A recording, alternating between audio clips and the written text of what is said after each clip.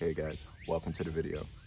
So before we hop into part 4, when we get back into the Grand National, I just wanted to give you a little bit of insight into why I chose that car, what the Grand National means to me, and what are my plans for it. The major questions I've been getting from friends and family is, how much did I pay for this thing? So I paid $2,500 for it. Now, in today's world, like right now, that is a bargain. Cannot get wheels and tires for $2,500 right now. So the good part is I paid for this Grand National back in December. I bought it a couple weeks before Christmas and I responded to a Facebook Marketplace ad. It was online for 17 minutes. Across it, there were 3 pictures and I knew I had to have it. Nothing that cool has been in my price range.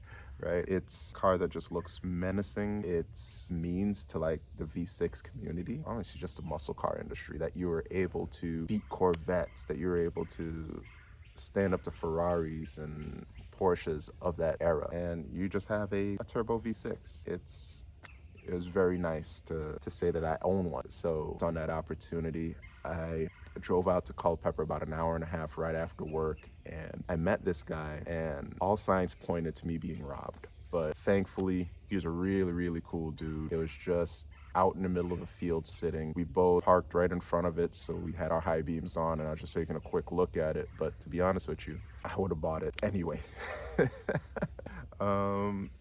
It didn't have a key, have any information on it. I just saw the window sticker, the inspection sticker, I should say. So I knew it ran in 93 at least, but no other information on it. And looking at the condition of it, it's clear that it probably has 60-something thousand miles, not 160-something thousand. Was sitting for 27 years at least, and it was mine if I wanted it. So I happily paid, and what you saw in part 1 was the tow truck driver bringing it home.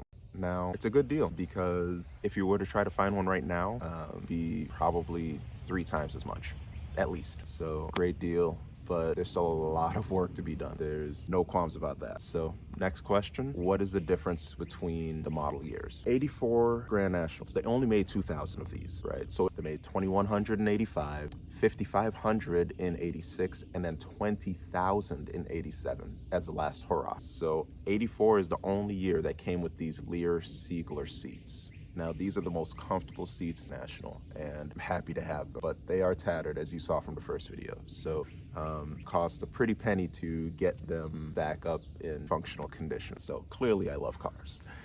And I've always went into it with a state of mind that I don't want to be too far upside down. And if I am, I'm going to get my use out of the car. So with this Grand National, I want to get some use out of it. I want to enjoy it, right? I'm putting in all this hard work. I'm not gonna fix it for somebody else to enjoy. I want to. I don't want to be upside down in it. So my plan is to build a reliable daily driver, out on evenings, weekends, and just cool out. And it's very easy to get upside down in these cars, especially because this Grand National, it's not worth as much as the 86 and 87 variants.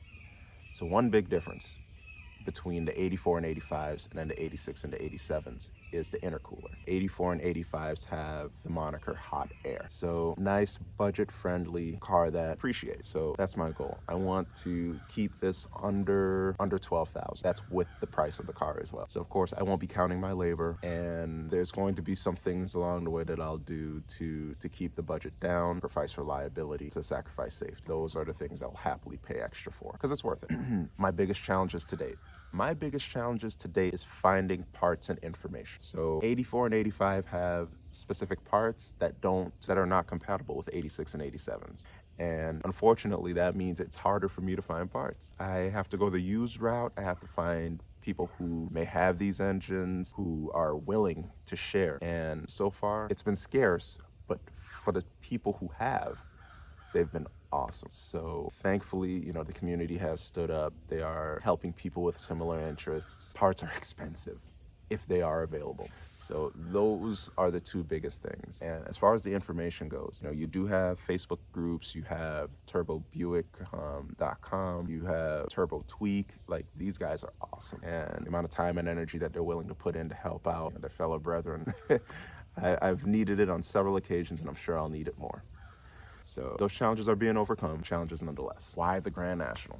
it goes back to earlier, guys. This is the most menacing car. And yes, I'm an 80s baby, and I just love this thing. I'm looking at it right now. So if you, anytime you see me beeline to the right, that's what I'm doing.